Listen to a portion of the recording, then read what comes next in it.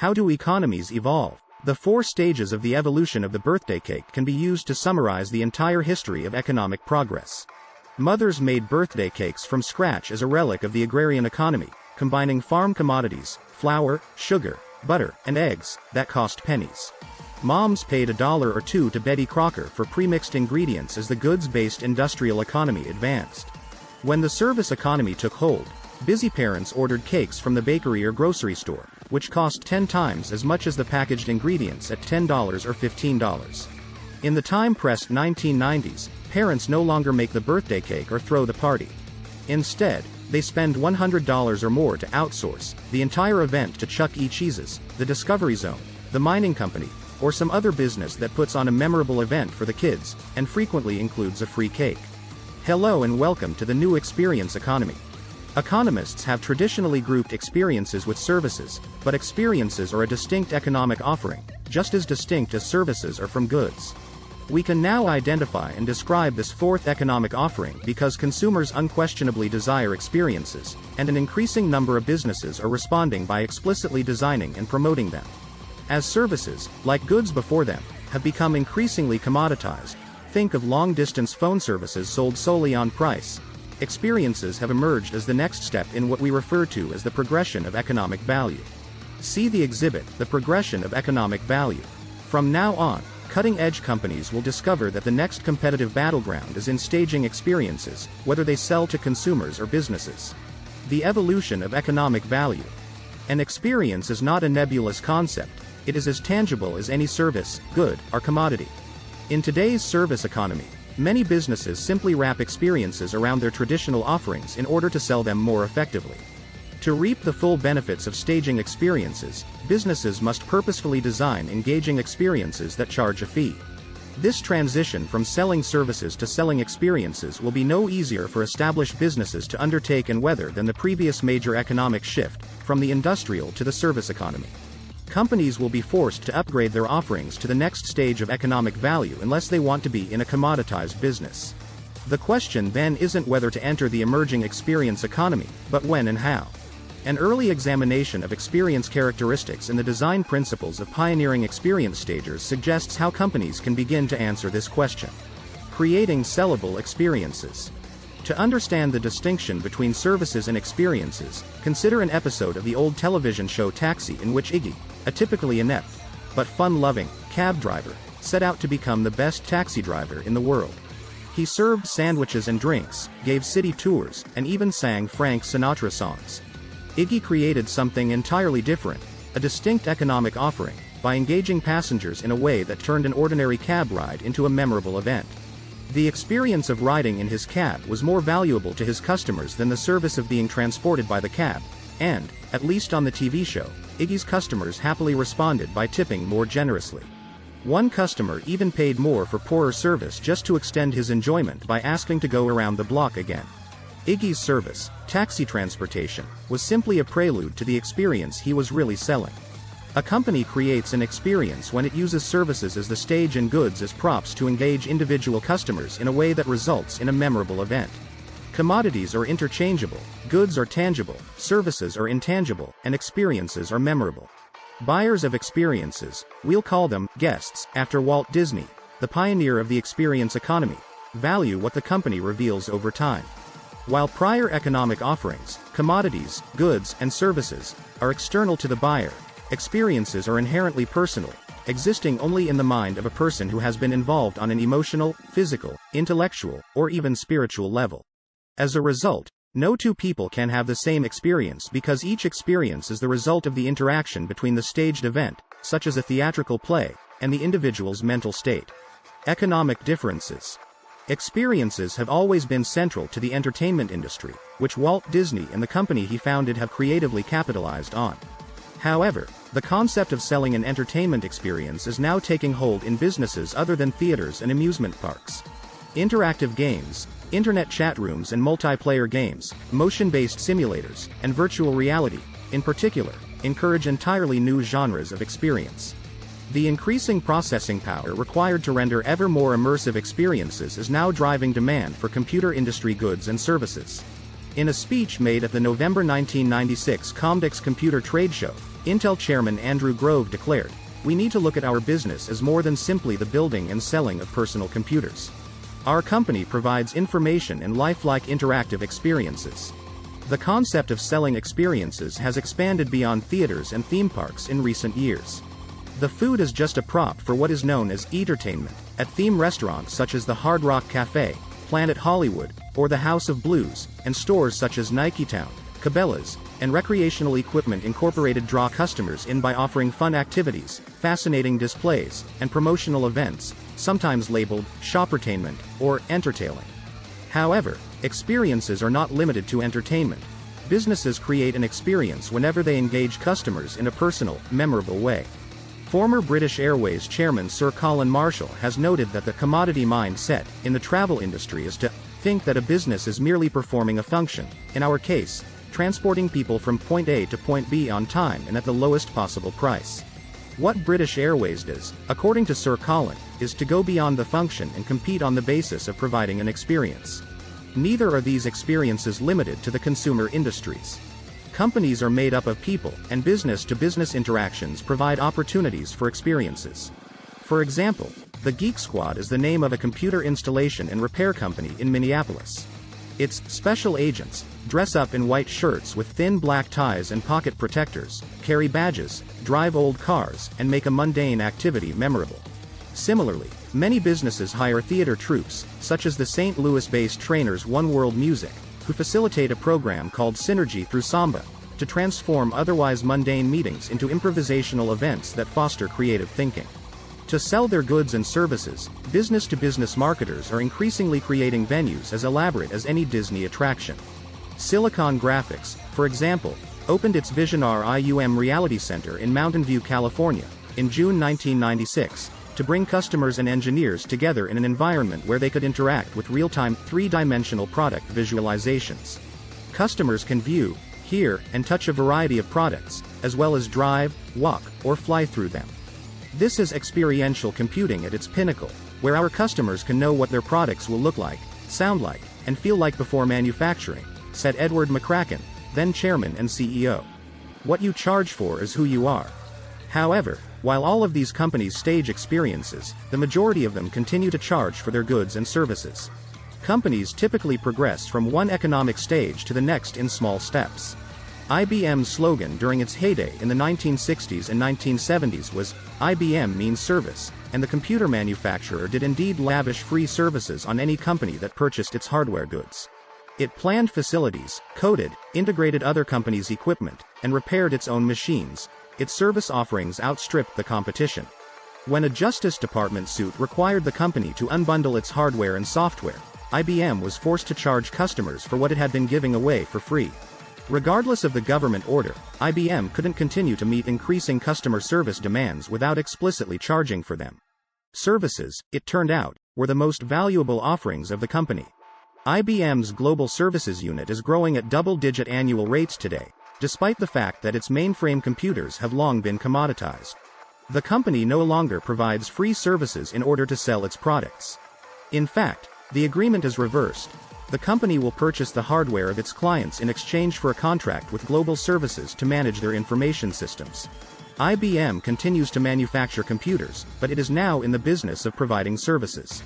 IBM and other manufacturers now make more money from services than they do from goods, indicating the maturity of the service economy.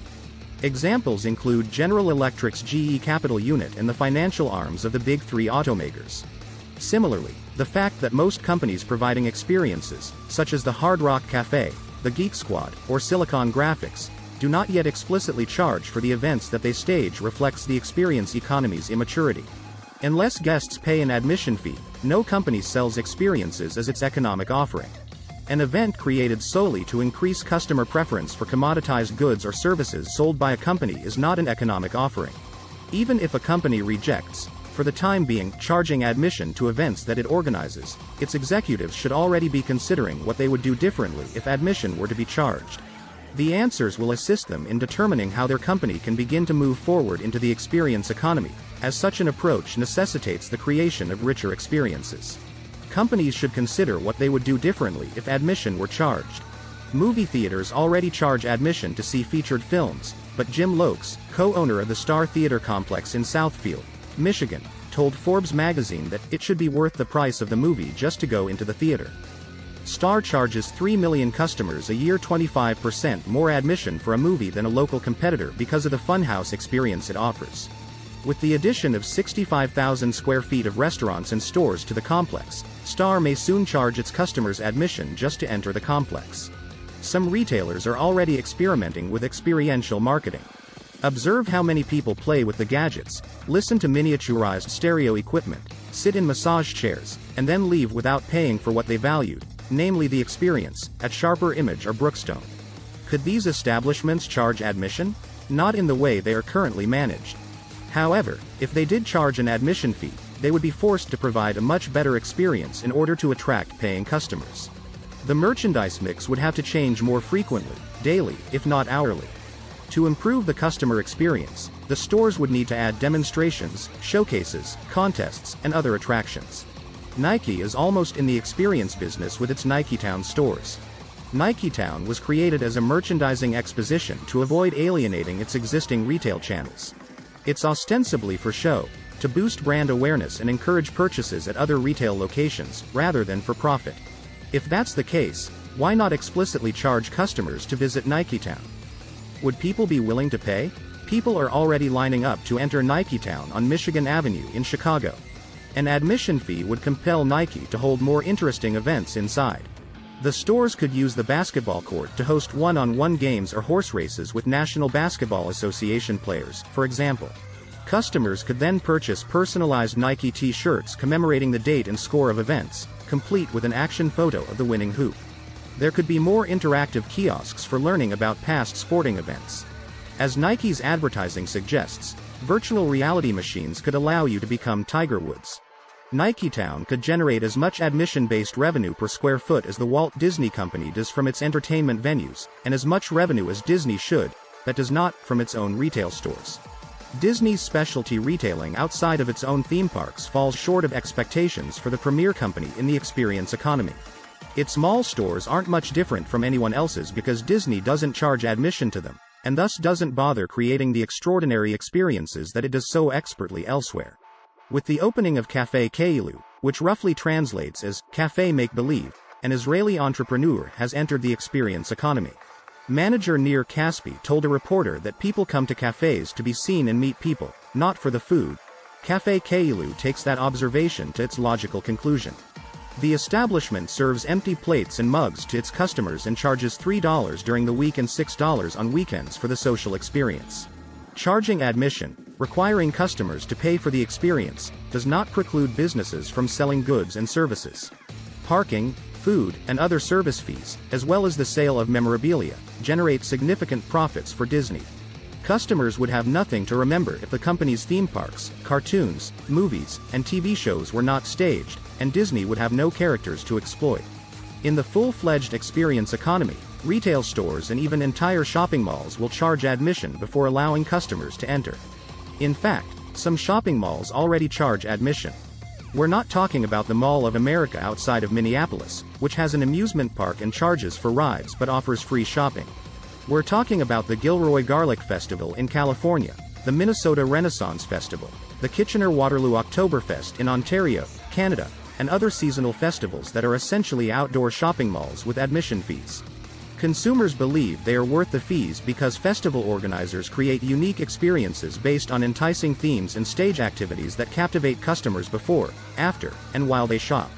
These festival experiences clearly capture shopping dollars that would otherwise be spent at traditional malls and retail outlets, with nearly every customer leaving with at least one bag of merchandise.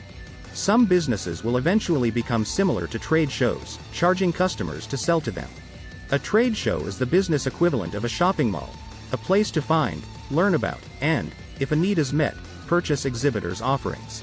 Individual business-to-business companies will be required to charge admission to the experiences they create, essentially charging customers to sell to them. Diamond Technology Partners, for example, hosts the Diamond Exchange, a series of forums where members can learn about the digital future. Current and prospective clients pay tens of thousands of dollars to attend because the benefits, new insights, self-discovery, and engaging interactions are worth it. Nobody minds if Diamond increases its chances of selling follow-up consulting work by staging the event. Experiences characteristics.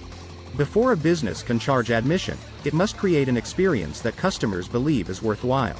Excellent design, marketing, and delivery will be just as important for experiences as for goods and services. Ingenuity and innovation will always come before revenue growth. However, experiences, like goods and services, have distinct qualities and characteristics that present unique design challenges. One way to consider experiences is in two dimensions. The first refers to customer involvement. At one end of the spectrum, there is passive participation, in which customers have no influence on performance. Visitors to the symphony, for example, who attend as observers or listeners, are examples of such participants. At the other end of the spectrum is active participation, in which customers play key roles in the creation of the performance or event that results in the experience. Skiers are among the participants. Even spectators at a ski race are not completely passive participants. Simply being present contributes to the visual and oral experience that others have. The connection, or environmental relationship, that unites customers with the event or performance is described in the second dimension of experience. Absorption is at one end of the connection spectrum, while immersion is at the other. People watching the Kentucky Derby from the grandstand can take in the action beneath and in front of them, while those in the infield are immersed in the sights, sounds, and smells that surround them. Taking notes while listening to a physics lecture is more engaging than reading a textbook. Seeing a movie in a theater with an audience, a large screen, and stereophonic sound is more immersive than watching the same movie on video at home. We can categorize experiences into four broad categories based on where they fall on the two-dimensional spectral spectrum. The types of experiences most people associate with entertainment, watching television, going to a concert, tend to be those in which customers participate passively rather than actively. Their connection with the event is more likely to be one of absorption rather than immersion. Attending a class or taking a ski lesson involves more active participation, but students, customers, if you will, are still more outside the event than immersed in the action. Escapist experiences can teach or amuse just as well as educational events or entertainment, but they require more customer immersion. Active participation and immersion in the experience are required when performing in a play, playing in an orchestra, or descending the Grand Canyon. However, if the customer's active participation is minimized, an escapist event becomes an aesthetic experience. Customers or participants are immersed in an activity or environment, but they have little or no impact on it, similar to a tourist viewing the Grand Canyon from the rim or a visitor to an art gallery. An experience's four realms. In general, we find that the richest experiences, such as visiting Disney World or gambling in a Las Vegas casino, involve elements from all four realms, forming a sweet spot around the intersection of the spectra. That the universe of possible experiences remains vast. Eventually, the most significant question managers can ask themselves is, what specific experience will my company offer? That encounter will come to define their company. Experiences, like goods and services, must meet a customer need, they must function, and they must be deliverable. Similarly to how goods and services are created through an iterative process of research, design, and development, experiences are created through an iterative process of exploration, scripting, and staging. Abilities that aspiring experience merchants must master. Creating remarkable experiences. We anticipate that experience design will become as much a business art as product and process design already are.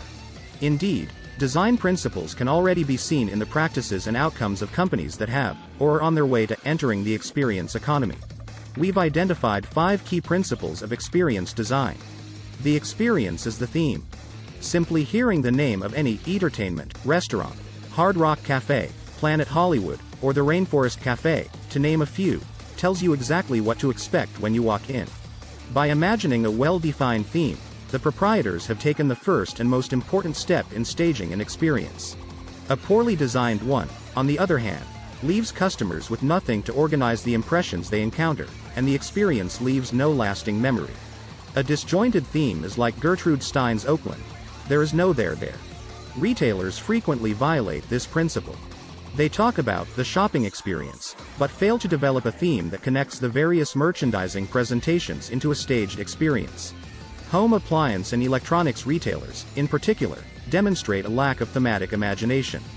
The sameness of different companies' stores is accentuated by row after row of washers and dryers and wall after wall of refrigerators.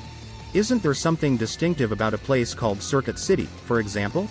Consider the Forum Shops in Las Vegas, a shopping center that pays homage to its unique theme, an ancient Roman marketplace, in every detail. The mall's developer, the Simon DeBartolo Group, fulfills this motif with a variety of architectural effects. There are marble floors, stark white pillars, outdoor cafes, living trees, flowing fountains, and even a painted blue sky with fluffy white clouds that yields to simulated storms with lightning and thunder on a regular basis. Every mall entrance and storefront is a meticulous Roman recreation. Every hour, statues of Caesar and other Roman luminaries come to life and speak inside the main entrance. "All hail Caesar" is a common cry, and Roman centurions pass through on their way to the nearby Caesar's Palace Casino. The Roman theme even pervades some of the shops. Scrolls, tablets, Roman numerals, and gold draperies, for example, can be found in the interior of a jewelry store. The theme implies opulence, and the mall's 1997 sales, more than $1,000 per square foot, compared to less than $300 for a typical mall, indicate that the experience works. A good theme is concise and compelling. It's not a corporate mission statement or a marketing catchphrase. It does not have to be stated publicly in writing. However, the theme must drive all of the experience's design elements and staged events toward a unified storyline that completely captivates the customer. Educational Discoveries and Professional Training International of Orem, Utah, host a day-long course for non-financial managers on basic accounting skills. Running a lemonade stand, their exquisitely simple theme transforms learning into an experience. While creating a corporate financial statement, students use real lemons and lemonade, music, balloons, and a lot of ballyhoo. The theme unifies the experience in the minds of the students and aids in making the learning memorable. Positive cues should be used to balance out negative impressions. While the theme serves as the foundation, the experience must leave an indelible impression. Impressions are the experience's takeaways, they fulfill the theme. Companies must introduce cues that confirm the nature of the experience to the guest in order to create the desired impressions. Each cue must support the theme and should not contradict it. Companies must provide cues that confirm the nature of the experience in order to create the desired impression. The interior decor supports the old world theme, and the carefully designed pattern of the floor tiles and counters encourages customers to line up without the usual signage or ropes that would detract from that theme, according to George Harrop, founder of Barista Brava, a franchised chain of coffee bars based in Washington, D.C. The impressions convey prompt service in a relaxing environment. Furthermore, Harrop encourages baristas to remember customers' faces so that regular customers can get their usual order without even asking. Even the smallest cue can help to create a one-of-a-kind experience. When a restaurant host says, "Your table is ready," there is no specific cue. However, when a Rainforest Cafe host announces, "Your adventure is about to begin," it sets the tone for something special. It is the cues that create the impressions that create the experience in the mind of the customer. An unpleasant experience can occur simply because some architectural feature was overlooked, underappreciated, or poorly coordinated. Unplanned or inconsistent visual and oral cues can confuse or lose a customer. Have you ever been unsure how to find your hotel room despite detailed directions from the front desk? Better, more obvious cues along the way would have improved your experience. Standard Parking of Chicago decorates each floor of its O'Hare Airport garage with icons of various Chicago sports teams, such as the Bulls on one floor and the White Sox on another. And each level has its own signature song playing in the background. "You never forget where you parked," one Chicago resident remarked, which is exactly what a traveler wants after a week of travel. Remove all negative cues. Keeping the customer experience authentic requires more than just adding positive cues. Experienced stagers must also remove anything that detracts from, contradicts, or distracts from the theme. Most built environments, whether malls, offices, buildings, or airplanes, are littered with meaningless or trivial messages. While customers occasionally require instructions, service providers all too often choose an inappropriate medium or message form. For example, trash cans at fast food restaurants usually have a "thank you" sign. True, it's a reminder to customers to bust their own trays, but it also says, "No service here," which is a negative reminder. Experienced stagers may instead transform the trash can into a talking, garbage-eating character that thanks you when the lid swings open. Customers receive the same message without the negative cue, and self-service becomes a positive part of the dining experience. The simplest way to turn a service into an experience is to provide poor service, resulting in a memorable unpleasant encounter. In the name of customer intimacy, overservicing can also ruin an experience. Customers who are reading, talking, or napping are interrupted by airline pilots who announce, "Toledo is off to the right side of the aircraft." Front desk personnel interrupt face-to-face conversations with guests to field phone calls. Service reminders clog end tables, dressers, and desktops in the guest rooms. Hide them away, and housekeeping will take care of them the next morning. Eliminating negative cues. By transmitting pilots' offhand announcements through headsets rather than speakers, assigning off-stage personnel to answer phones, and placing guest information on an interactive television channel, creates a more pleasurable customer experience. Include memorabilia. Certain items have always been purchased for the memories they evoke. Vacationers buy postcards to remember a favorite site, golfers buy embroidered shirts or caps to remember a course or round, and teenagers buy t-shirts to remember a rock concert. They buy such items as a physical reminder of an experience. People already spend tens of billions of dollars on memorabilia each year. These items typically command far higher prices than comparable items that do not represent an experience. A Rolling Stones fan, for example, will pay a premium for an official t-shirt bearing the date and location of the concert. This is because the price points are determined less by the cost of goods and more by the value the buyer places on remembering the experience. If airlines truly sold experiences, more passengers would shop in seat pocket catalogs for flight souvenirs. If service industries such as airlines, banks, grocery stores, and insurance companies don't see a demand for memorabilia, it's because they don't create engaging experiences. However, if these businesses provided themed experiences that were layered with positive cues and devoid of negative cues, their guests would want and pay for mementos to commemorate their experiences. If guests don't want to, it probably means the experience wasn't great. The Geek Squad, for example, creates such a memorable computer repair experience that customers purchase t-shirts and lapel pins from the company's website. More passengers would shop in those seat pocket catalogs for appropriate mementos if airlines were truly in the experience staging business. Similarly, mortgage loans would inspire household keepsakes. Grocery checkout lanes would stock souvenirs instead of nickel and dime impulse items, and insurance policy certificates might even be considered suitable for framing.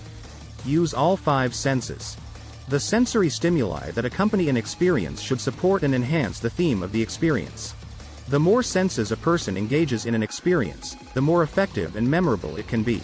Smart shoe shiners add crisp snaps of the cloth, scents, and sounds that don't make the shoes any shinier but do make the experience more engaging.